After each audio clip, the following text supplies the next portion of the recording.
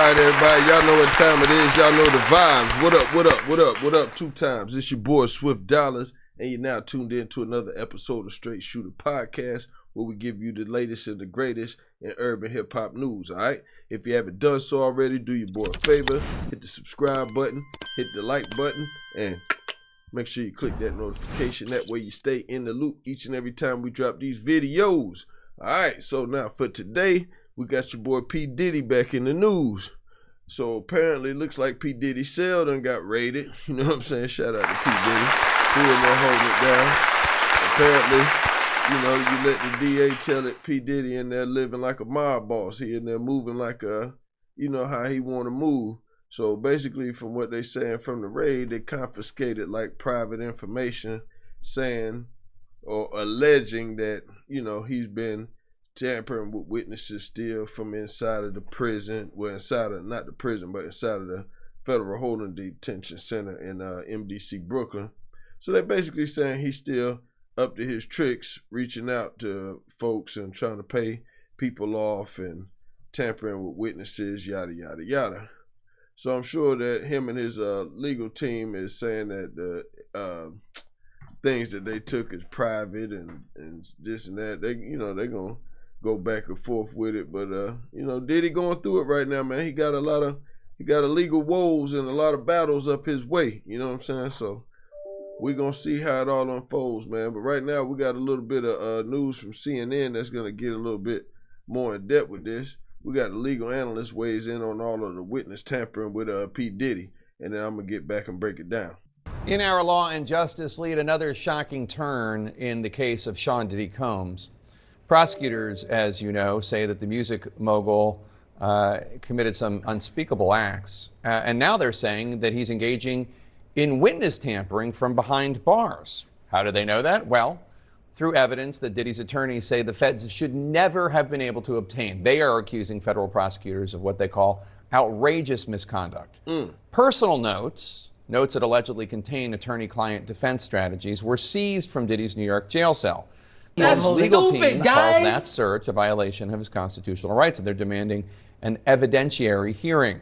Not so fast, though. Prosecutors defend the seizure. They say the notes were obtained during a nationwide, pre-planned sweep of multiple prison facilities. They claim the notes were reviewed by a filter team, someone not involved in the case, Use to your remove common privileged sense. materials before they were turned over to prosecutors. Now, prosecutors are arguing the notes that they got contain evidence that Diddy may have tried to influence witnesses, alleging that he paid a witness after making a public statement. Diddy's team strongly denies these allegations. This development comes as Diddy, who has pleaded not guilty to sex trafficking, racketeering, and related charges, is set to appear in court Friday.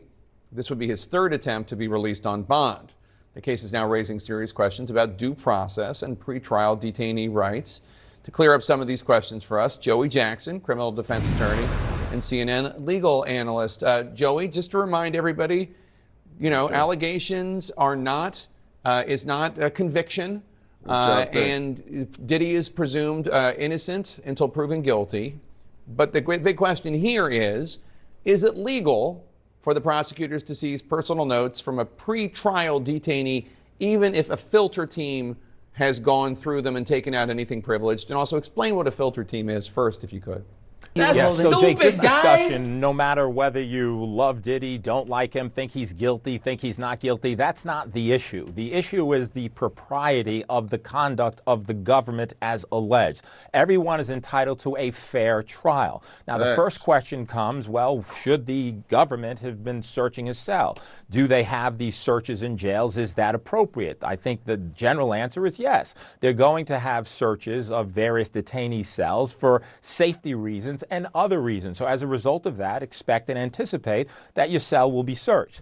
All right, for those of y'all that never been incarcerated or even in jail or whatever, you have no privileges. You're an inmate. So you can't say, sir, don't come in my house or this or that. Now, you can say that to another inmate. He get dealt with. But to a CO or the warden or anybody like that, you on their space and in their property. So they're going to raid your cell whenever they feel like it, whether it's legal or illegal.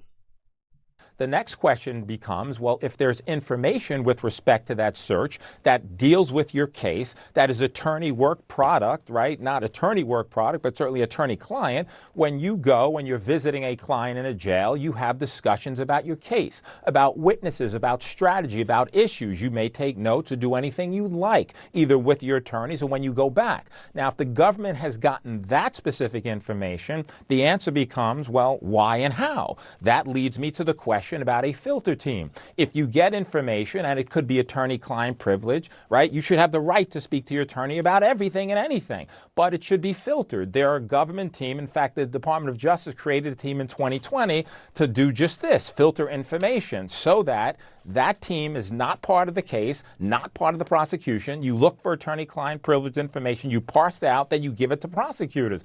What was the process followed? What was the protocol followed? Was it followed properly or appropriately? We don't know. That's why a hearing is necessary. That should never get into the hands of prosecutors. It's unfair, it's inappropriate, shouldn't happen, and that raises serious questions. That's what a filter team did. Did they abdicate their responsibility? We'll see at a hearing. This all coming on the heels, of course, of a recent court filing where prosecutors were citing jail phone records.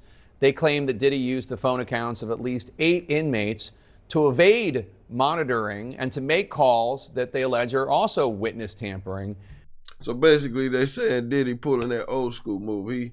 He doing the 3-way call. He getting a cat number and using their number to make calls, or having them make calls for him to certain people to, you know what I'm saying, to where he ain't on the phone, to where they ain't taping him, and you know, you speaking third party, you speaking codes, and you get things done like that. Like I said, man, Diddy, shout out to Diddy, man. You know what I'm saying? Whether y'all like it or not, Diddy in there, like that movie now, he said whenever he become what he say in the Biggie movie, something about, yo, I'm gonna go out there butt naked and come back with a bear on, a chinchilla or something. I'm straight, I'm gonna survive.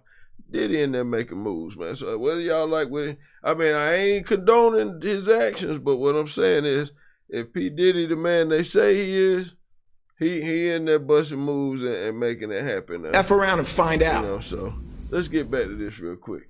Let's wrap this up. How does his defense team respond to that as they're trying to get Diddy released on bond?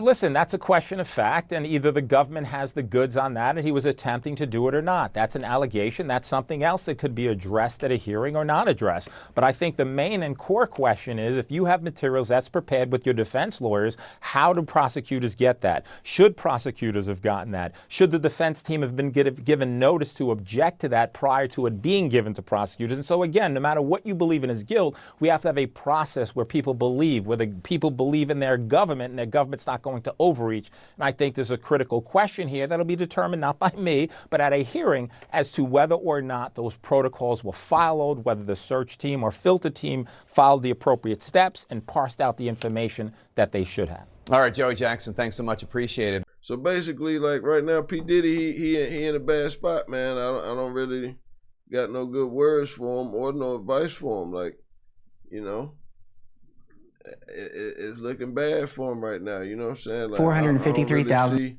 I don't really see his way. I don't really see no way out for this. You know, he on the way in, young boy on the way in. You know, he done got jammed up, so he on the way in. But you know, y'all put it in the comments. What y'all think? Y'all think P. Diddy got a shot to get up out of this thing? I think he cooked. Y'all put it in the comments, man. Let me know what y'all think. Matter of fact, boom, right there. Y'all put it in the comments. See what y'all think, man. You know, because right now, P. Diddy, he in a world of trouble, man. And everybody coming out left and right, they trying to say, what's Shorty's name from, Dirty Money? Let me look this up. What's her name? P. Diddy. Dirty Money. Kalina, that's her name. Yeah, they trying to claim, you know, she took a pay cut that, you know, to help Diddy out. If she did, you know, she was trying to hold Diddy down, make sure Diddy, you know, get off them charges. She rolling with Diddy. So if that's what she doing, you know, can't get mad at that. Shout out to her, you know. She get a round of applause for, you know, sticking with her team. Again, I'm not condoning any of these allegations, but if she picked her side, you know, you got to give her props for picking her side and standing on it. But, you know, hey, It is what it is. You know? I don't give a rat's crap what happens to P. Diddy, you know? For all I care, you know? If he did it, you know what I'm saying? He can get on about his business. Some folks need killing. Get mad at me if you want to. Facts. So if he did it, he's a scumbag, you know what I'm saying? And he's gonna get whatever he deserves. Too bad. You know? But, you know, we ain't gonna condemn the man because he ain't had his fair day in court yet. So until he get his fair day in court, we gotta you know, give P. Diddy the benefit of the doubt. Let's be fair, you know? Let's just keep cracking jokes and do what we've been doing on him. Let everybody get this content rolling because he giving us plenty of content every day. Just because, you know, he's in the news every day. You know? But, you know, I'm sitting back, man. I'm chilling, man. I'm just reporting the news when I get it, man. I'm going to give it to y'all first, man. But y'all tell me what y'all think, man. Put it in the comments, man. Hit that like button. Hit that subscribe button. Rock with your boy, man. I'm going to get back to dropping these beats. Chilling in the studio, but you know I had to kick it with my people and give y'all something hot. All right, it's your boy Swift Dollar, Straight Shooter Podcast. Let's go.